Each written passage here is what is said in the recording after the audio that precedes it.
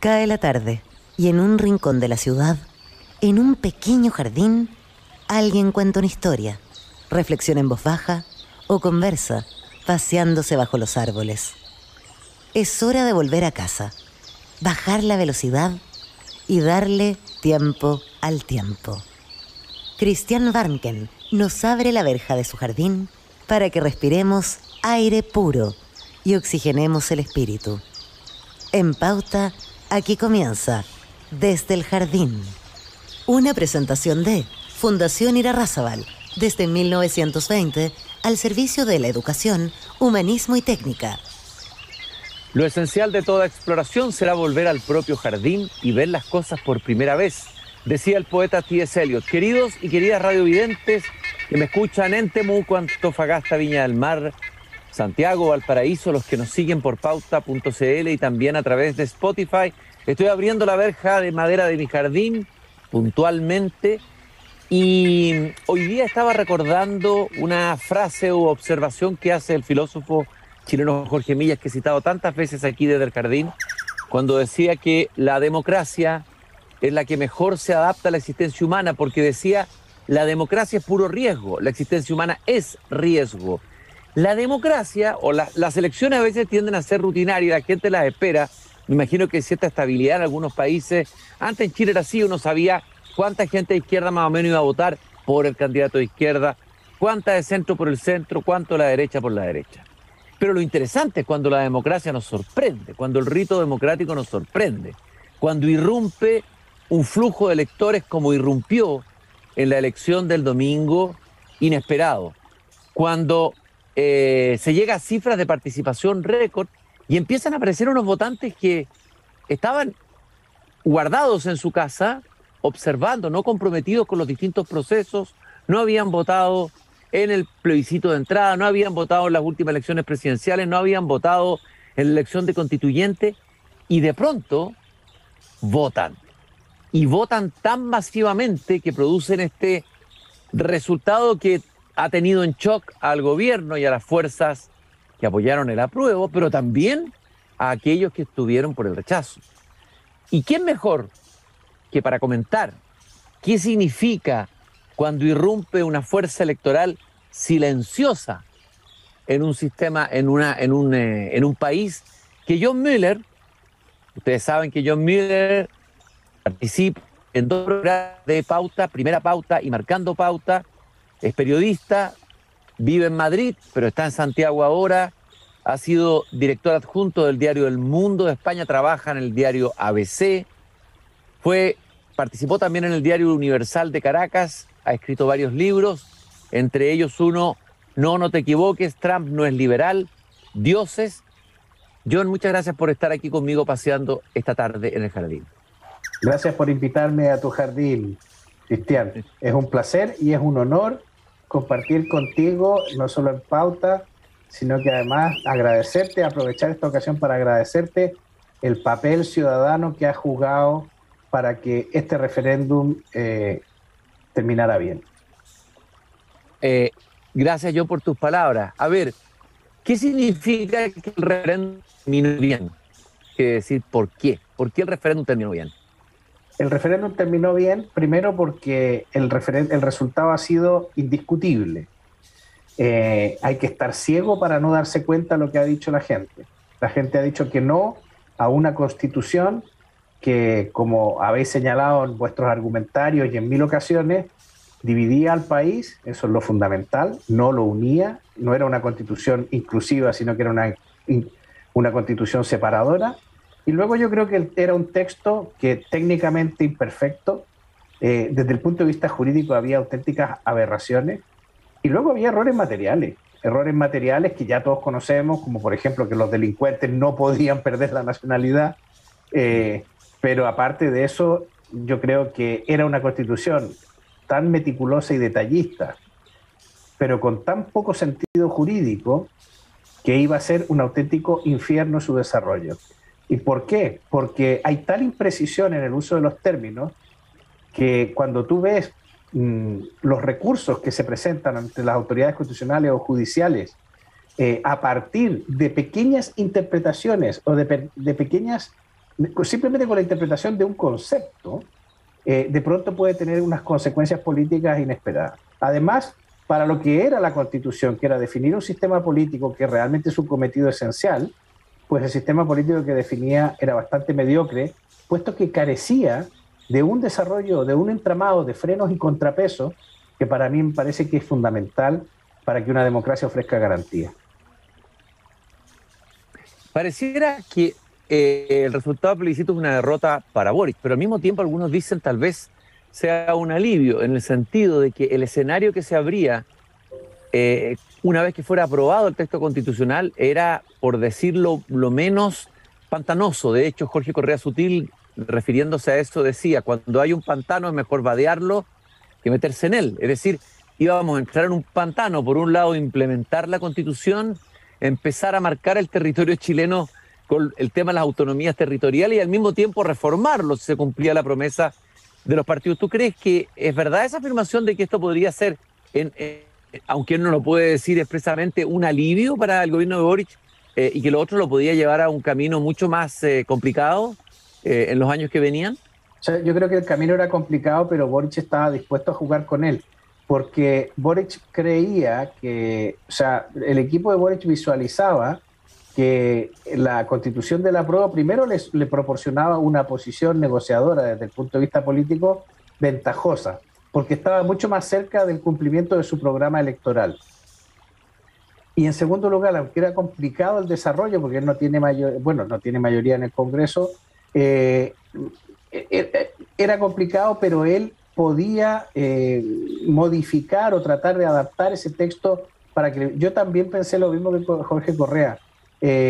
¿Cómo va a gobernar con el sistema político que se propone ahí? Pero bueno, como había un periodo transitorio, a él no le hubiera tocado gobernar, precisamente porque uno de los cambios que se proponía era que no pudiera ser reelegido.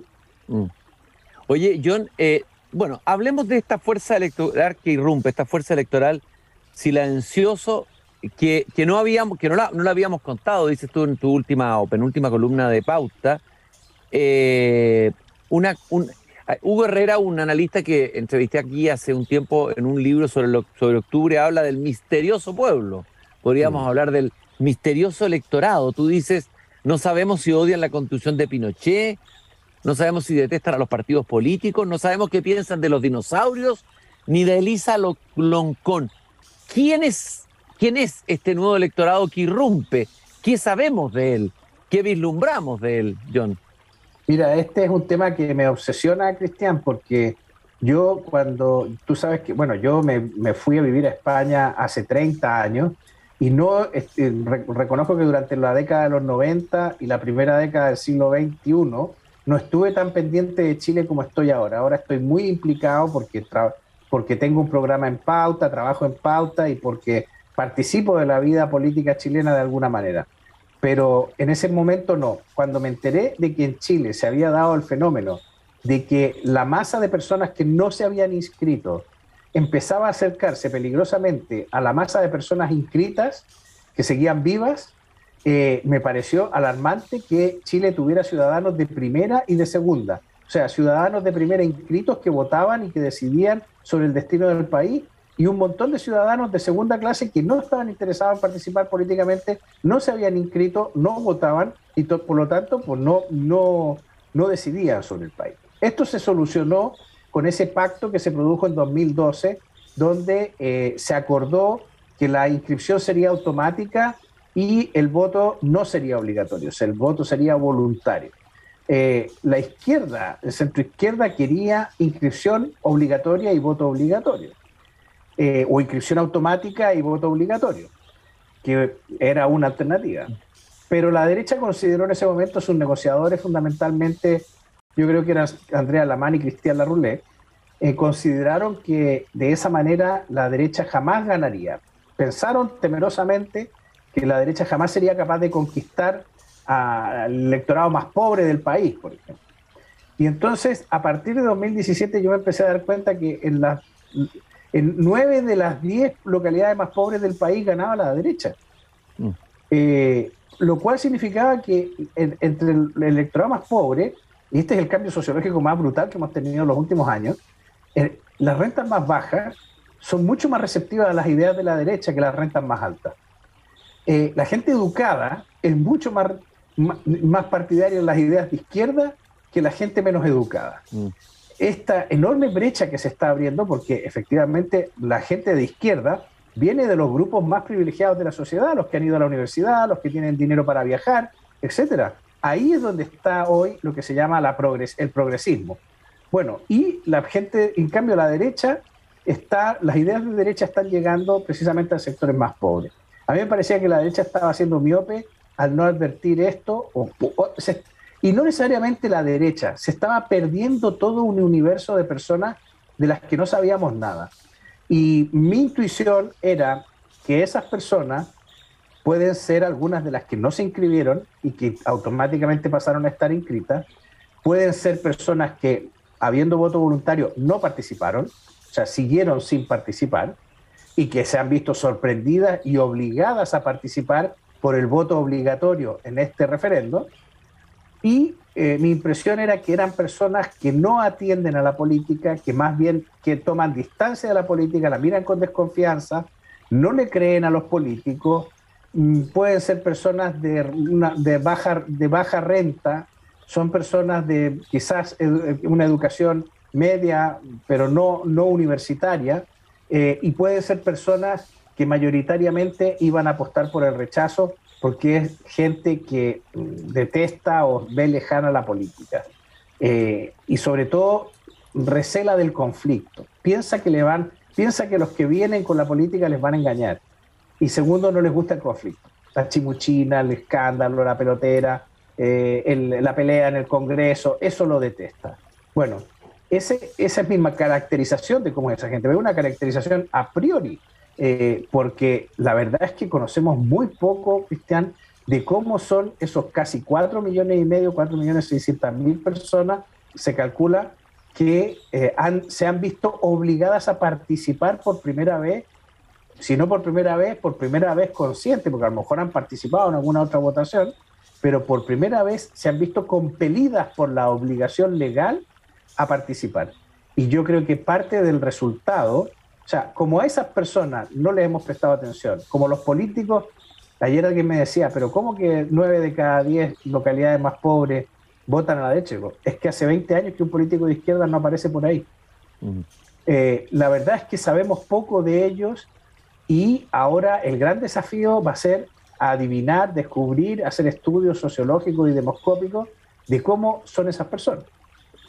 A propósito de estudios sociológicos, la derecha, para haber llegado a esa conclusión, abandonar prácticamente ese electorado, ¿sobre la base de qué? ¿Sobre la base de qué estudio, de qué análisis, de qué? Es impresionante abandonar así un electorado sin tener una base de conocimiento. Yo creo que hubo en ese momento, Cristian, una desconfianza hacia la democracia. Fíjate que yo creo que los problemas de la democracia, siempre creo este eslogan, es un eslogan, no me pidas razonamiento, pero siempre he pensado que la democracia se arregla con más democracia. Bueno, yo creo que en ese momento la derecha desconfió y pensó que efectivamente más democracia significaba que sus ideas iban a salir perdiendo. Poca fe en sus propias ideas y poca fe en la democracia. Yo sé que esas personas que en ese momento tomaron esa opción, después de lo que pasó el domingo, están completamente arrepentidas. La que sufre un shock muy fuerte es la izquierda, ¿no es así? La izquierda que tiene instalada en su guión de que los sectores más populares son los que iban a votar evidentemente, pero y su mensaje por lo demás en la franja iban dirigidos a ellos. Y resulta que ese electorado de pronto les mueve el piso y les dice no queremos esta constitución, no cree el ofertón que se les ofrece de derechos sociales, o sea, no se compra nada del relato que la izquierda había construido y queda un poco esa izquierda sin relato, porque el relato era la casta y la élite, y ahora resulta que es la casta que se revela contra la élite de izquierda, digamos, la élite que está en Ñuñoa, es la otra élite, digamos, ahora es como el estallido, pero el estallido para la izquierda, del pueblo, de la casta, contra la casta, digamos, contra la casta política de izquierda. Ya habíamos tenido un episodio con la famosa historia de los fachos pobres, sí. Pero esto es un poco más complejo, sobre todo porque lo que tú estás describiendo es exactamente así. La izquierda que esperaba, decía, ¿cómo es posible que digan que no a un texto constitucional que les garantiza 100 nuevos derechos constitucionales? El récord mundial de derechos constitucionales estaba en este borrador.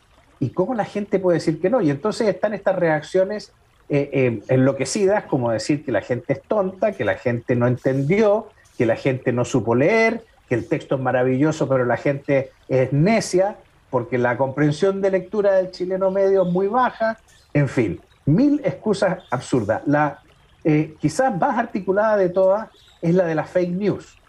Se sembró de fake news y aquí la gente pues no supo qué votar y entonces decidió votar rechazo ante el peligro de dar el salto al vacío. Ayer escuché otra. Ayer un corresponsal extranjero me decía que en Chile es un país donde impera el miedo y él sostenía que había una correlación entre el voto al rechazo y el miedo. Por eso, porque Santiago está lleno de portonazos, la gente votó rechazo. En Colchane, donde la gente teme a la inmigración, votó rechazo. En Lafkenche, la gente que le teme al terrorismo mapuche votó rechazo. Bueno, yo le decía, bueno, tu tesis es magnífica en Colchane y en la zona de Lafkenche, pero en Santiago no se cumple. En Santiago es la región donde mejor le fue al apruebo y es la región donde tú mismo estás diciendo que los portonazos tienen el miedo a la orden del día de los santiaguinos, con lo cual la tesis del miedo tampoco me sirve. Entonces, ya no sé qué van a inventar, porque la verdad es que ahora mismo la izquierda tiene un problema intelectual, y es que tiene que constatar que, a ver, y era una cosa tan lógica, porque ellos lo saben, el obrero descrito por Marx ya no existe hace mucho tiempo. No existe porque la sociedad cambió, porque hoy las sociedades son de servicios no industriales. Entonces, el electorado ya no está tan definido ideológicamente por aquellos principios que podían reconocer tan fácilmente hace 50 años o 40 años. Y van a tener que hacer un ejercicio profundo de descubrir quiénes son esas personas que no votaban, que tienen poco interés por la política, que no se sienten invitadas a participar y que están dispuestos en condiciones normales, cuando no hay incertidumbre o cuando no hay radicalismo, están dispuestos a no ir a votar y a ceder con esa decisión que otros decidan por él. Esas personas existen. Ahora, tienen sus motivaciones y cuando tú les tocas las narices y cuando además los obligas a votar, esas personas se retratan y dicen lo que piensan. Ahora vamos a tener que estudiarlo, vamos a tener que descubrir, porque yo creo, fíjate que sería fácil sacar la conclusión de que lo que ha descrito el plebiscito del domingo son 2/3 contra 1/3. Estaríamos de nuevo en los 3/3 históricos de Chile. El centro derecha y el centro y la derecha se habrían unido y la izquierda radical estaría en el otro tercio. Bueno, eso podría ser una hipótesis, pero fíjate que yo creo que en esos 4,5 millones que han votado, que hay que mirarlo distinto, hay que mirar, hay 8.300.000 chilenos que votan habitualmente y que se sienten motivados por la política y que votan, pueden darle algunas veces la presidencia a un hombre de izquierda o a un hombre de derecha, alternativamente, según las circunstancias y según la capacidad de dejar en casa a algunos de ellos. Pero estos 4,5 millones que acaban de llegar este fin de semana, estos no necesariamente están divididos de la misma manera. Estas personas además tienen poca motivación política y posiblemente no tengan ni ideología. Va a ser súper interesante, si se ven obligados a votar en el futuro, la manera de conquistarlos, porque su capacidad de responder no tiene nada que ver con la izquierda y con la derecha tradicional. A lo mejor lo que les preocupa son cuestiones que el gobierno está empezando a descubrir. Por ejemplo, que quieren tener libertad para elegir entre la sanidad pública y la privada, o que quieren tener la posibilidad de dejarle sus ahorros previsionales a sus hijos. El gobierno de Boric está teniendo un aprendizaje, es una desgracia, por la curva de aprendizaje al final la terminamos pagando nosotros, pero el gobierno se está dando cuenta que hay algunas cosas que están tan metidas que su única explicación muchas veces es que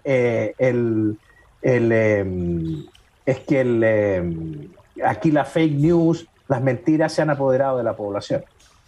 Oye, John, estoy hablando con John Mueller aquí desde el Jardín, analizando el acto plebiscitario del domingo, la irrupción de esta fuerza electoral silenciosa o la vieja expresión de Nixon, la mayoría silenciosa.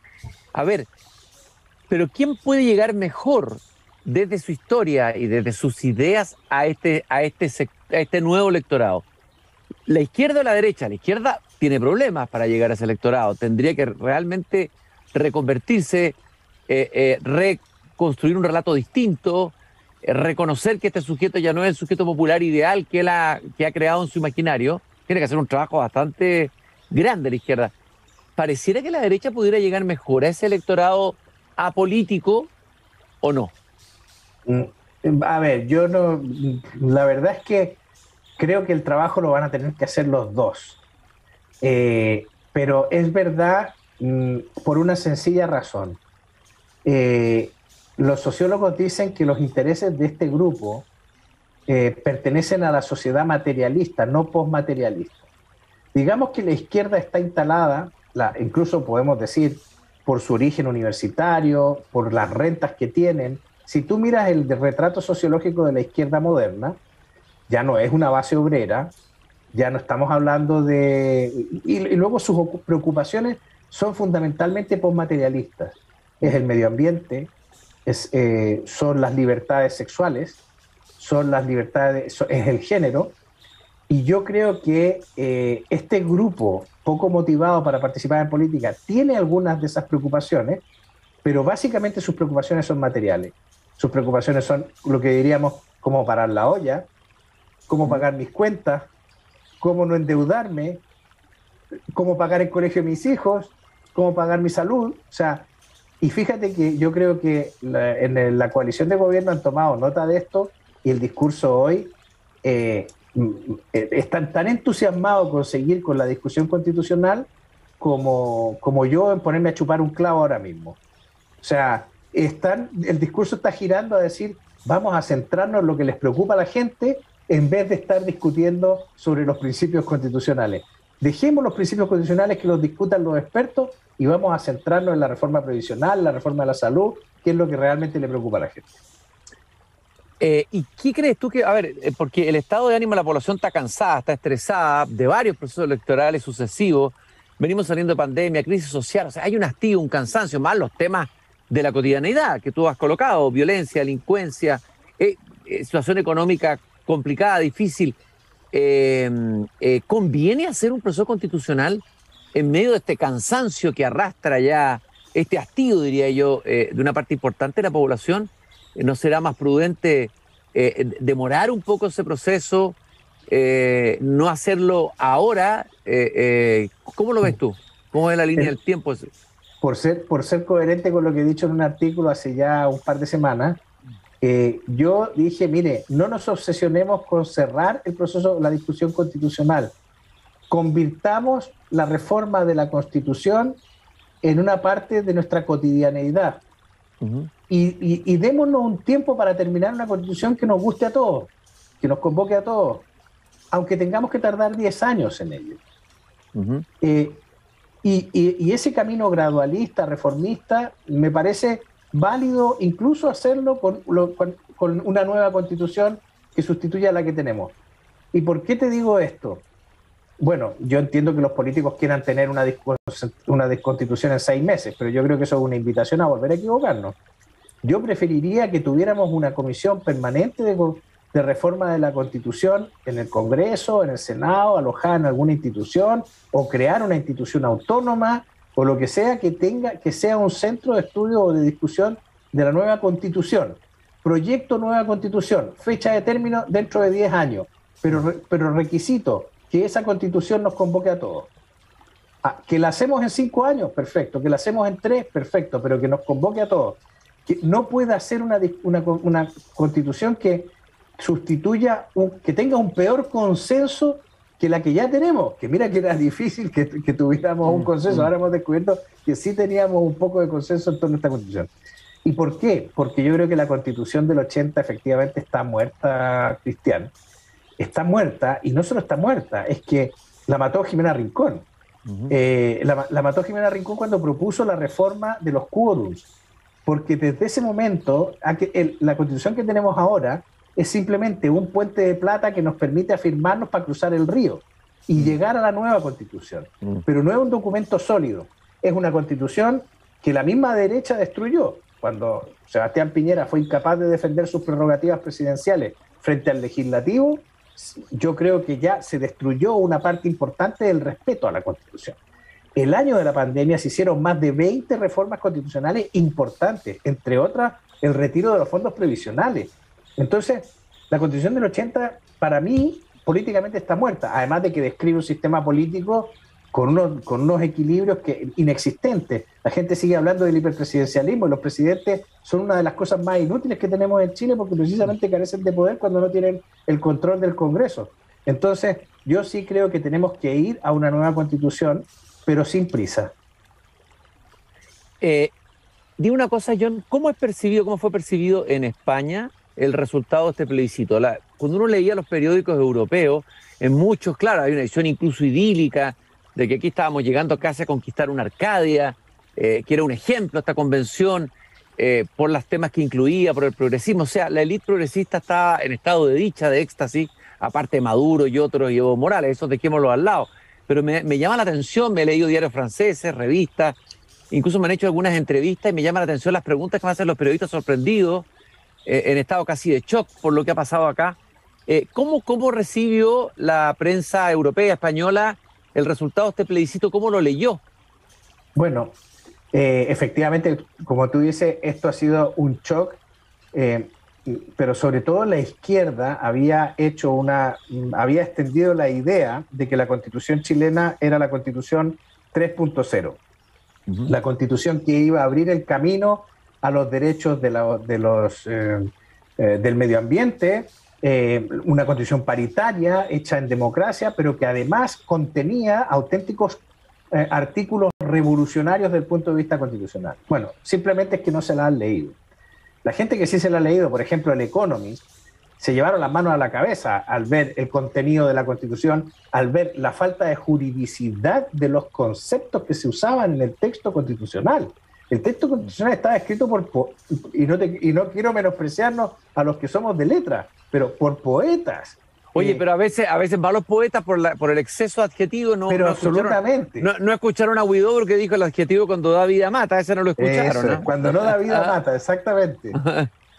Pero bueno, efectivamente, o sea, pero sobre todo se veía que habían metido mano sectores muy interesados dentro. Y esto, claro, para la izquierda les pareció que se abría un campo que era un nuevo paradigma. Ya las constituciones no tenían por qué ser hechas por abogados, ni apegarse a la juridicidad, y las constituciones también podían soñar de alguna manera y plantear cuestiones que fueran ensoñaciones y no que fueran realidades jurídicas. Bueno, yo creo que eso, fíjate, así como ha habido una gran cantidad de medios que han reaccionado, pues diciéndonos, ¿cómo es posible que ustedes no hayan aprobado una constitución que era eso, una maravilla, una elegía, un canto al bienestar? Pues yo creo que hay otros medios como el Financial Times, como The Economist, como algunos periódicos españoles y norteamericanos que se han dado cuenta de que lo que ha pasado aquí el domingo ha sido la derrota de un populismo que se ocultaba bajo la capa de una nueva constitución. Hay varios periódicos que han planteado, esto es un golpe para el populismo a nivel global, y eso quizás revela la intensidad con la que está reaccionando cierta izquierda en el mundo. Pero claro, es que a ellos les encanta hacer experimentos en países como Chile, lejos de sus casas, de sus chalés, en Galapagar o en los sitios donde estén, ¿no? Bueno, es curioso este país, digamos, en el Finisterrae, en el extremo fin del mundo, este país de terremotos, que se supone que tiene en su gen esta famosa pasión por el orden de la que hablaba Andrés Bello y Diego Portales, pero que ha sido realmente un campo de experimentación en lo político durante mucho tiempo. Hemos tenido experimentos de todo tipo aquí. No sé de dónde viene esa necesidad de experimentar o de aplicar teorías a veces, no sé, hay cosas vanguardistas, la misma Constitución como tú lo dijiste, pero hemos tenido aquí experimentos. La revolución de empanadas con vino tinto, hemos tenido la revolución de libertad. La revolución de libertad, la revolución silenciosa de Pinochet, económica, neoliberal, y ahora íbamos a tener esta nueva revolución, nueva refundación. Hay un impulso refundacional potente, pero al mismo tiempo está esta pasión por el orden que aparece también en este voto silencioso. ¿Cómo lo miras eso? Yo creo que estoy pensando en Pedro de Valdivia, que llega y descubre que la realidad material es más penca de lo que él creía. Creía que había mucho más oro y no había oro. Pero le escribe al rey diciendo que está nadando en el oro, o sea, y que vive en un valle fértil y que esto es una maravilla. Es verdad, don Pedro Valdivia se enamoró de esta tierra y se enamoró como muchos, como todos los chilenos, como queremos a este país. Pero es verdad que nuestra realidad material muchas veces tendemos a ser escapistas. Hemos sido durante muchos años escapistas geográficos. No, nosotros no estábamos en América Latina al lado de Brasil, al lado de Perú, Bolivia y Argentina. Nosotros estábamos en América Latina al lado de Francia y limitábamos al norte con Francia, con Alemania, al este con, qué sé yo, con Portugal o con Italia. Esa era la idea que teníamos de nosotros mismos. Y bueno, pues yo creo que sí, hay una suerte de escapismo chileno en estas cosas. Ahora, este texto, este borrador constitucional, ayer había un artículo buenísimo en la prensa internacional de cómo no escribir una constitución.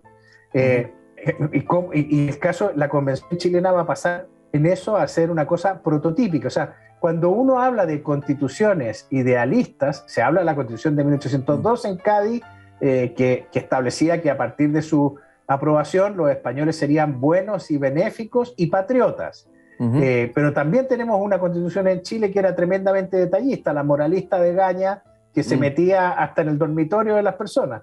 Bueno, esta constitución va a pasar también, no sé si a la biblioteca de las pesadillas constitucionales, pero va a pasar a la biblioteca de las singularidades constitucionales. No puedo dejar hasta la última pregunta. Ya sabemos quién es la nueva ministra de Interior, es Carolina Toá. Un cambio de último minuto hubo y resulta que se bajó el subsecretario que iba a ser del Partido Comunista y volvió a colocarse a Monsalve. Se empezaron a atribuir los tweets que había escrito el subsecretario contra Carabineros y por el Gualmapo hace tiempo. Sale Jackson y entra en Sexpress Analía Uriarte, que estaba como asesora de la ministra Sichi, que estuvo en el gobierno de Bachelet. Bueno, Jimena Aguilera en Salud y Giorgio Jackson en Desarrollo Social. Ahora, la pregunta que te quiero hacer es la siguiente. El plebiscito, o sea, si esto hubiera sido un régimen parlamentario, aquí el gobierno cae con este resultado, ¿no es cierto? Sin duda. Ya, pero el resultado es tan potente y uno pregunta, aquí no hay nadie del rechazo en este gabinete, nadie que esté fuera del mundo del apruebo, que es minoría total hoy. A ver, ¿qué futuro puede tener un gobierno en los próximos 3 años o lo que viene, digamos? ¿Cuánto se puede sostener sin haber incorporado otros mundos? No sé qué otro mundo podría haber acudido, a la DC o a sectores de centro izquierda fuera del gobierno. ¿Qué te parece a ti? Cristian, me parece que el cambio de gabinete hoy, sobre todo la renuncia esta renuncia con elástico de Monsalve, esta llegada fantasmal de Cataldo a la Subsecretaría de Interior, oye, hay un documento oficial del gobierno comunicando su nombramiento. Sí, tal cual. Esto no se puede tapar. O sea, aquí ha habido una cosa que es que el gobierno ha visto que la reacción al nombramiento de Cataldo era mala y decidió en el último momento deshacer lo obrado. Esto lo que revela, Cristian, es que el gobierno está en una extrema debilidad y una extrema fragilidad. O sea, el gobierno es capaz de cambiar en 5 minutos una decisión adoptada cuando cae mal en la opinión pública. Y esto marca una debilidad. Un cambio de gabinete que tenía que haber sido un momento de reforzamiento de la autoridad del gobierno y de enviar un mensaje de apertura, fortaleza, apertura a la negociación, convocar, se convierte en un momento de debilidad, de deterioro y de otra demostración de amateurismo, que es lo que yo más le critico al gobierno de Gabriel Boric. Es lamentable. ¿Y sabes por qué lo siento? Porque yo quiero que le vaya bien a Chile. Y lo que me hubiera gustado es que este cambio de gabinete, sin la necesidad de que nombrara a nadie del rechazo, sin que fuera tan obvia su señalización, este momento hubiera sido un momento de apertura y de decir, vamos a hacer las cosas en serio, vamos a hablar en serio, vamos a convocar en serio. Y lo que veo es que otra vez la chapuza tiñe la gestión del gobierno, la gestión presidencial, con esta renuncia con elástico de Monsalve y con el nombramiento con elástico también este nombramiento se autodestruirá en 5 segundos. Claro, es verdad. Bueno, John, muchas gracias por acompañarnos esta tarde en el jardín. Muy interesante la conversación, como siempre. Te deseo, si no nos vemos, un buen retorno al sur primero y después me imagino España, y volveremos a conversar de todas maneras en algún otro momento. Gracias por haberme acompañado. Gracias a ti, gracias por lo que has hecho por nuestro país, gracias por todo. Y a todos ustedes que nos están escuchando, como siempre, la frase de Voltaire al final del libro El Cándido: hay que cultivar el propio jardín. Tenemos que seguir haciéndolo. Nos encontramos mañana aquí a las 8 de la noche en Pauta, cuando vuelva a abrir la verja de madera de mi jardín. Hasta entonces. Es hora de cerrar la verja de madera del jardín. Pero Christian Warnken la volverá a abrir todos los días de lunes a viernes a las 20 horas en Radio Pauta, cuando comience de nuevo Desde el Jardín. Una presentación de Fundación Irarrázaval, desde 1920 al servicio de la educación, humanismo y técnica.